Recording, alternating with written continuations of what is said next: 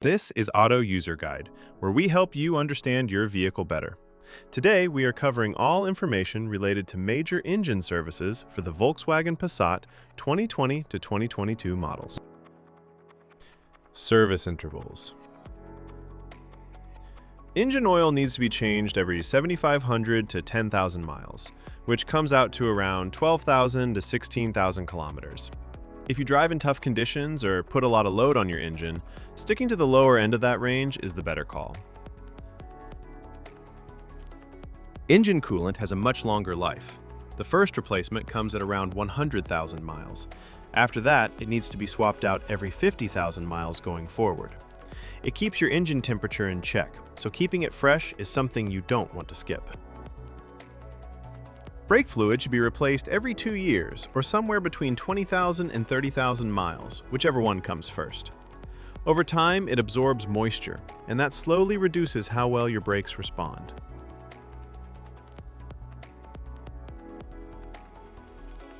Engine oil. Engine oil capacity. Alright, so when it comes to engine oil capacity, the amount your car needs depends on the size of its engine. Not every engine drinks the same.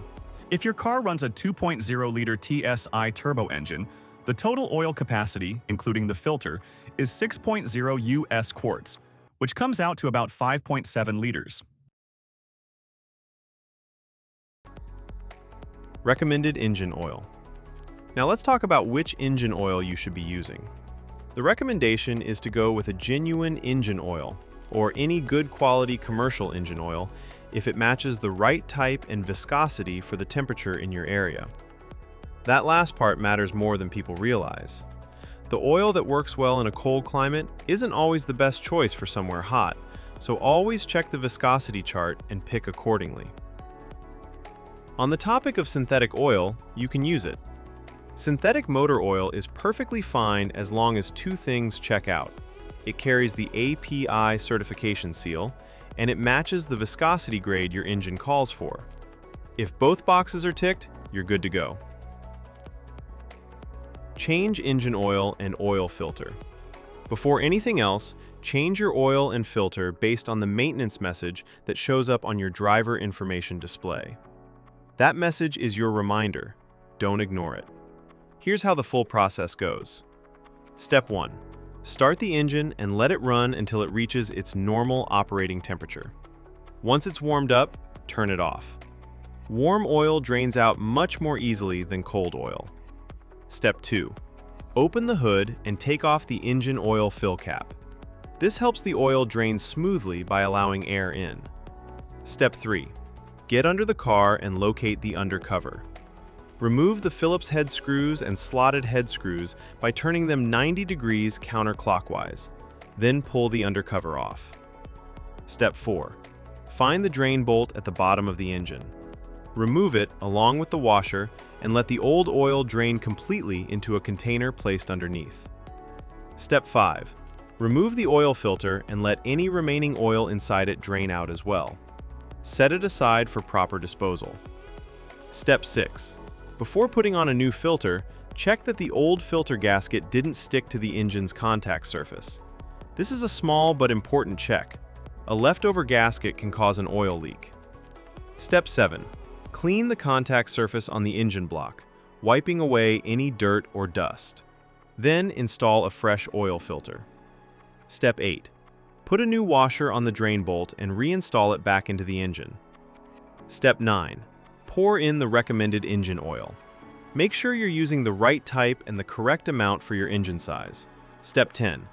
Put the oil fill cap back on securely and start the engine. Step 11. Let the engine run for a few minutes, then get underneath and check around the drain bolt and oil filter for any leaks. If you see drips, shut the engine off and address it before going further.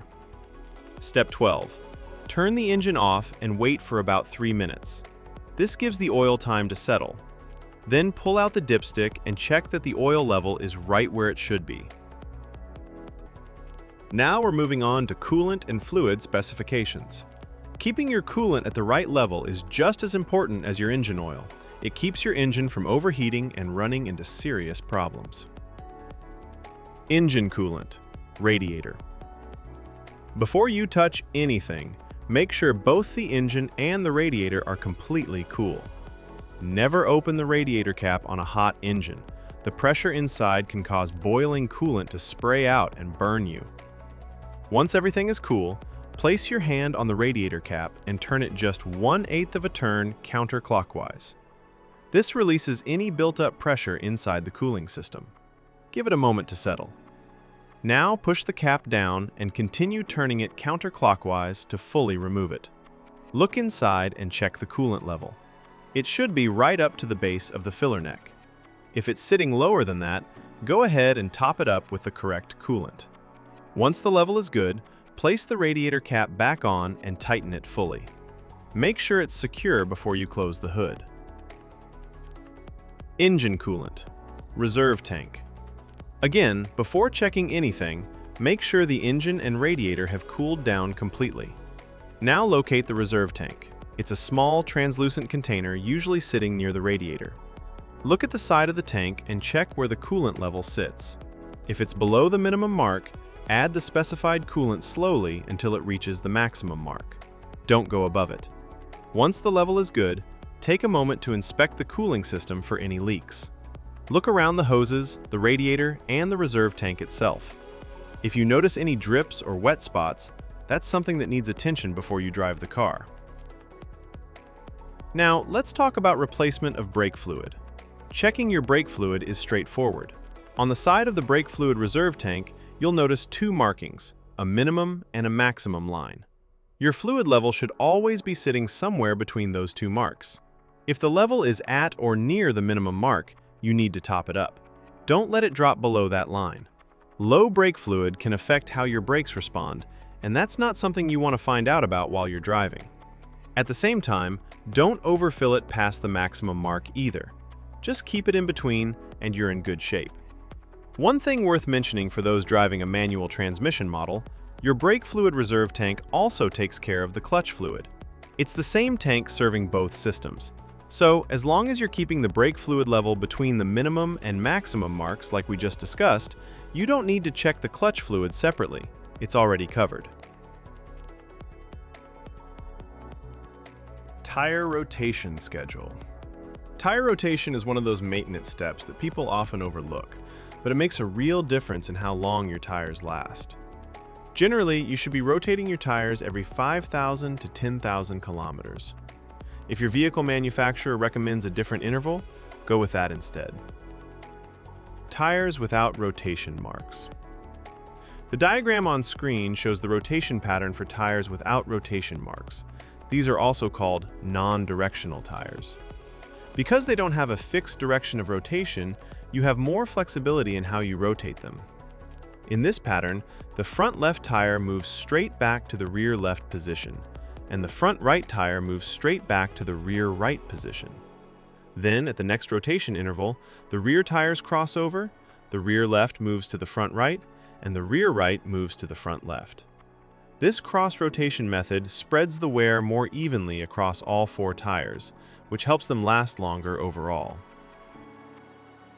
Tires with rotation marks. The diagram on screen now shows the pattern for tires with rotation marks, commonly known as directional tires. You'll notice an arrow on the sidewall of these tires, and that arrow tells you which direction the tire is meant to spin. It only works one way. Because of that, you can't cross these tires from one side of the vehicle to the other. The rotation here is simpler. Tires just swap between front and rear on the same side. The front left goes to the rear left comes up to the front left, and the exact same thing happens on the right side. It's a straightforward swap, just without the crossing over that you do with non-directional tires. Now let's talk about the fuel tank capacity. Your fuel tank holds a total of 18.5 US gallons, which is equal to 70 liters. Thanks for watching this video. I really hope it helped you understand things a little better. If you found it useful, give it a like. And if you haven't subscribed yet, hit that subscribe button so you don't miss the next one. Drop your thoughts or questions in the comments below. I'd love to hear from you. It genuinely means a lot.